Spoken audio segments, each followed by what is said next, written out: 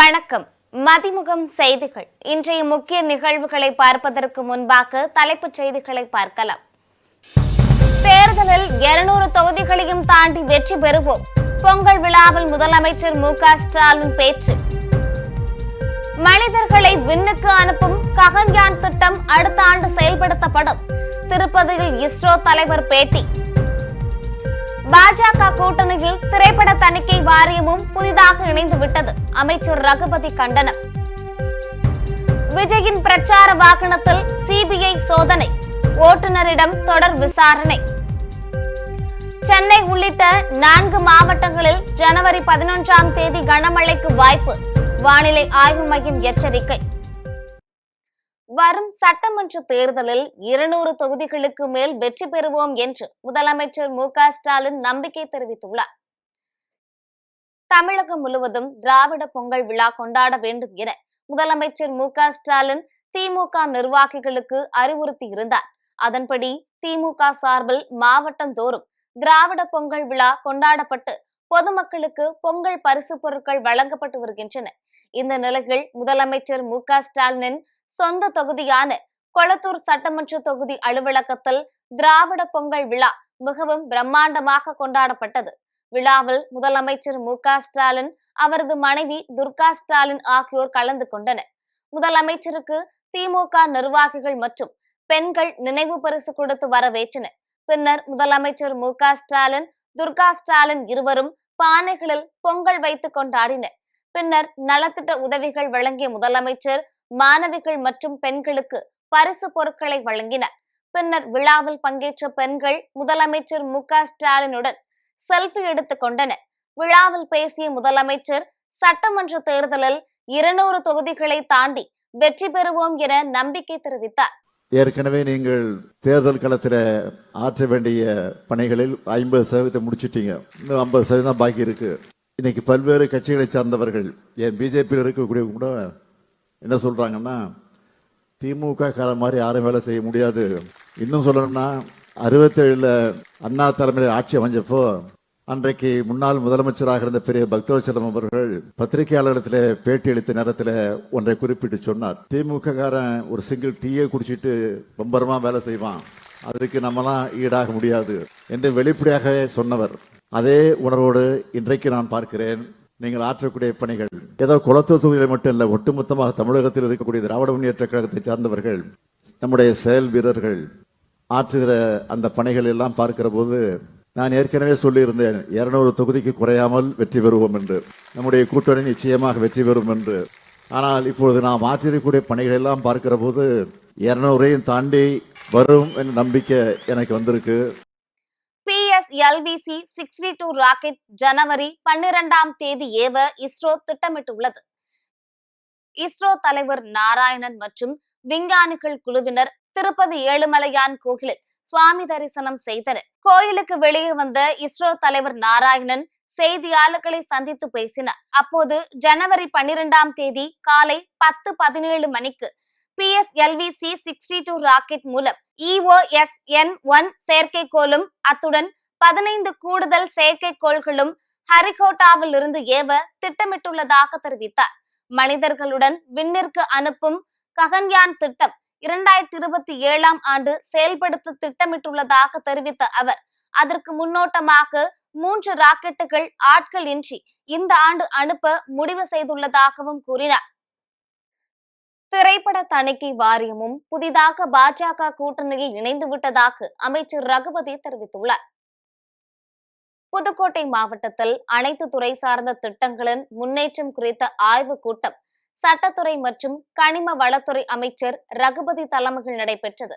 பின்னர் செய்தியாளர்களிடம் பேசிய அவர், பாஜகவுடன் ஏற்கனவே அமலாக்கத்துறை, வருமான வரித்துறை, சிபிஐ ஆகியவை கூட்டணி வைத்துள்ள நிலையில் தற்போது தணிக்கை வாரியத்தையும் கூட்டணியில் வைத்துக் கொண்டு தேர்தலை சந்திக்க உள்ளதாக விமர்சித்தார். தொடர்ந்து அதிகாரிகள் குழுக்களுடன் தேர்தல் கூட்டணி அமைத்துள்ள பாஜகவை எதிர்கொள்ள திமுக கூட்டணி தயார் எனவும் அமைச்சர் ரகுபதி தெரிவித்துள்ளார். அதிலே சினிமா உதாரணங்களை சொல்லுவதிலே எந்த விதமான தவறும் இருப்பதாக நாங்கள் நினைக்கவில்லை. இல்ல தணிக்கை வாரியத்தை பத்தி சொல்லியிருக்காங்க. தணிக்கை வாரியம் பாரதிய ஜனதா கட்சியுடைய புதிய கூட்டணியாக தணிக்கை வாரியமும் இன்றைக்கு சேர்ந்திருக்கிறது. ஏற்கனவே இபி இருந்தது, சிபிஐ இருந்தது, இடி, சிபிஐ அவற்றோடு சேர்ந்து இன்றைக்கு தணிக்கை வாரியம் சேர்ந்திருக்கிறது. பல அதிகாரிகளுடைய குழுக்களோடு பாரதிய ஜனதா கட்சி தேர்தல் களத்திலே தன்னுடைய கூட்டணியை இங்கே கொண்டு வருகிறது. அந்த கூட்டணியை எதிர்கொள்ள திராவிட முன்னேற்ற கழகத்துடைய கூட்டணி தயாராக, அது சம்பந்தமாக படக்குழுவினர் நீதிமன்றத்துக்கு செல்கிறார்கள். நீதிமன்றம் இப்பொழுது ஒரு தீர்ப்பை தந்த உடனே அங்கே இருக்கக்கூடிய தணிக்கை குழுவை சார்ந்த வழக்கறிஞர் தலைமை நீதிபதியிடம் முறையிட்டு இப்பொழுது 20ஆம் தேதிக்கு அது ஒத்தி வைக்கப்பட்டிருக்கிறது. இதற்கும் தமிழ்நாடு அரசுக்கும் சம்பந்தமில்லை. எங்களை பொறுத்தவரைக்கும் நாங்கள் சொல்றதை பிஜேபி கேட்கும் என்று யாராவது நம்பினால் அவர்களைப் போல முட்டாள் கிடையாது. விஜய் பிரச்சார வாகனத்தை சிபிஐ அதிகாரிகள் சோதனை மேற்கொண்டுள்ளனர். கடந்த செப்டம்பர் 27ஆம் தேதி கரூரில் விஜய் கலந்து கொண்ட பொதுக்கூட்டத்தில் ஏற்பட்ட நெரிசலில் சிக்கி 41 பேர் உயிரிழந்தனர்.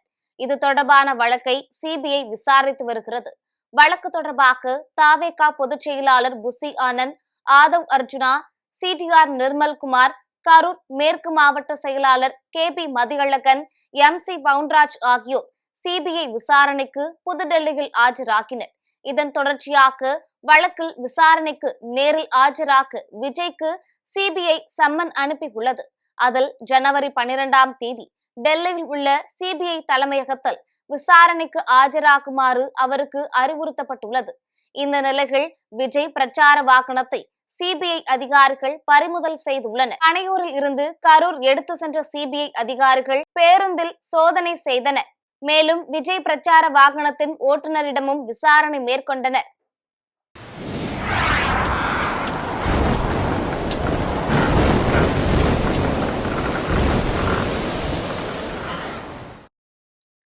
சென்னை உள்ளிட்ட 4 மாவட்டங்களில் ஜனவரி 11ஆம் தேதி கனமழை பெய்யும் என்று வானிலை ஆய்வு மையம் எச்சரிக்கை விடுத்துள்ளது.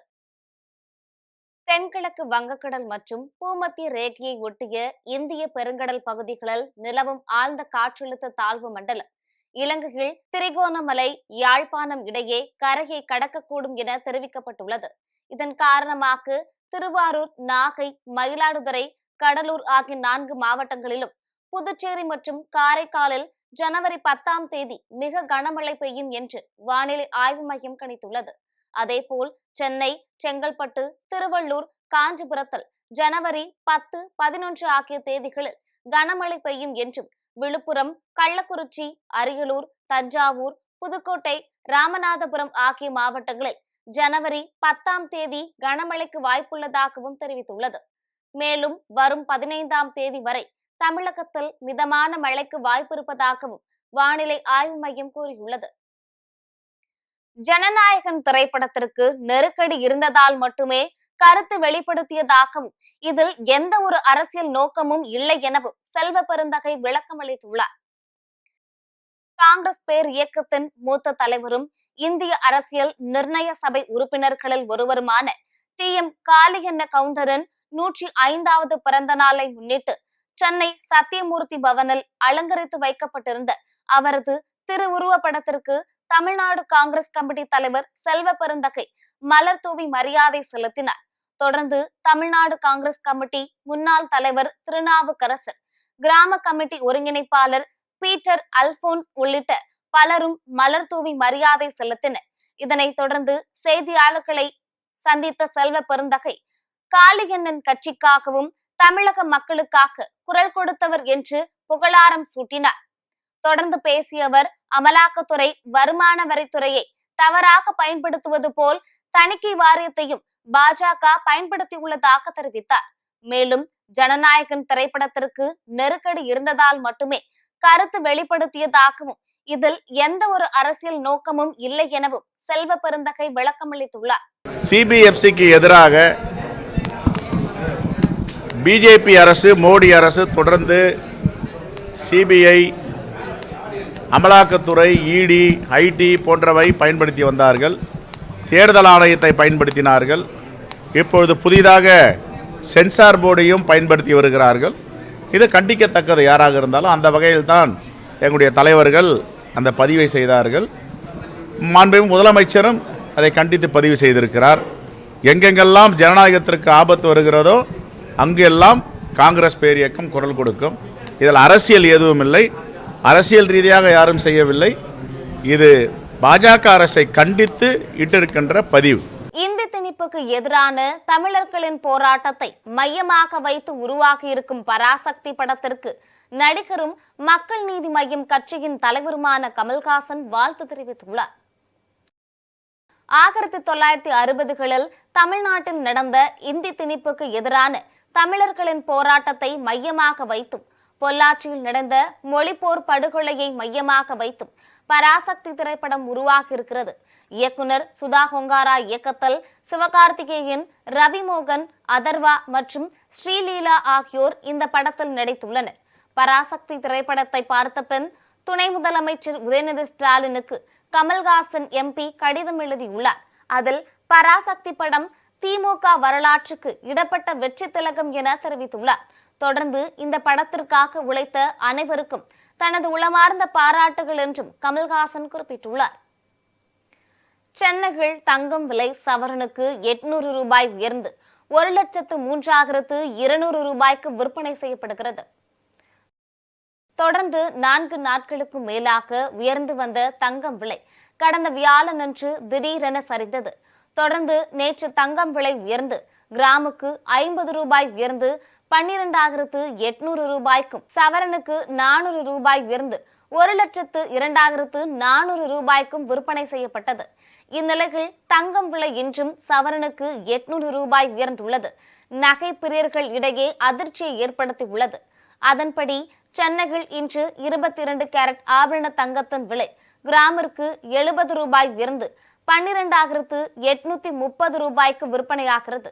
மேலும் சவரனுக்கு 560 ரூபாய் உயர்ந்து 1,02,640 ரூபாய்க்கு விற்பனை செய்யப்படுகிறது. இதேபோல் வெள்ளியின் விலையும் கிராமிற்கு 5 ரூபாய் உயர்ந்து 1 கிராம் வெள்ளி 271 ரூபாய்க்கும், 1 கிலோ வெள்ளி 2,71,000 ரூபாய்க்கும் விற்பனையாகிறது. பாகிஸ்தானில் 11 பயங்கரவாதிகள் பாதுகாப்பு படையினரால் சுட்டுக் கொல்லப்பட்டதாக தெரிவிக்கப்பட்டுள்ளது. கைபர் பக்துன்குவா மாகாணத்தில் பாதுகாப்பு படை அதிகாரிகளுக்கு கிடைத்த ரகசிய தகவலின் அடிப்படையில் கடந்த ஜனவரி 8ஆம் தேதி பயங்கரவாதிகளுக்கு எதிரான நடவடிக்கைகள் மேற்கொள்ளப்பட்டன. இதனைத் தொடர்ந்து வடக்கு வசிரிஸ்தான் மாவட்டத்தில் பதுங்கியிருந்த பயங்கரவாதிகள் மற்றும் பாதுகாப்பு படை வீரர்களுக்கு இடையில் கடும் துப்பாக்கி சண்டை நடைபெற்றுள்ளது. இந்த சம்பவத்தில் தெஹ்ரிக்-இ-தலிபான் பாகிஸ்தான் எனும் அமைப்பை சேர்ந்த 6 பயங்கரவாதிகள் சுட்டுக் கொல்லப்பட்டனர். இதேபோல் குர்ராம் மாவட்டத்தில் மேற்கொள்ளப்பட்ட பாகிஸ்தான் பாதுகாப்பு படைகளில் கூட்டு நடவடிக்கைகள் 5 பயங்கரவாதிகள் சுட்டுக் கொல்லப்பட்டதாக தெரிவிக்கப்பட்டுள்ளது. முன்னதாக ஆப்கானிஸ்தானில் தலிபான் தலைமையிலான அரசு அமைந்தது முதல் பாகிஸ்தானில் நடைபெறும் பயங்கரவாத தாக்குதல்கள் அதிகரித்துள்ளதாக குற்றம் சாட்டப்படுவது குறிப்பிடத்தக்கது. மீண்டும் தலைப்புச் செய்திகள். தேர்தலில் 200 தொகுதிகளையும் தாண்டி வெற்றி பெறுவோம். பொங்கல் விழாவில் முதலமைச்சர் மு.க. ஸ்டாலின் பேச்சு. மனிதர்களை விண்ணுக்கு அனுப்பும் ககன்யான் திட்டம் அடுத்த ஆண்டு செயல்படுத்தப்படும். திருப்பதியில் இஸ்ரோ தலைவர் பேட்டி. பாஜக கூட்டணியில் திரைப்பட தணிக்கை வாரியமும் புதிதாக இணைந்து விட்டது. அமைச்சர் ரகுபதி கண்டனம். விஜயின் பிரச்சார வாகனத்தில் சிபிஐ சோதனை, ஓட்டுநரிடம் தொடர் விசாரணை. சென்னை உள்ளிட்ட 4 மாவட்டங்களில் ஜனவரி 11ஆம் தேதி கனமழைக்கு வாய்ப்பு, வானிலை ஆய்வு மையம் எச்சரிக்கை. இத்துடன் செய்திகள் நிறைவடைந்தன. மீண்டும் செய்திகள் காலை 8 மணிக்கு. மேலும் செய்திகளை தெரிந்து கொள்ள மதிமுகம் பிரைம் யூடியூப் தளத்தில் இணைந்திருங்கள்.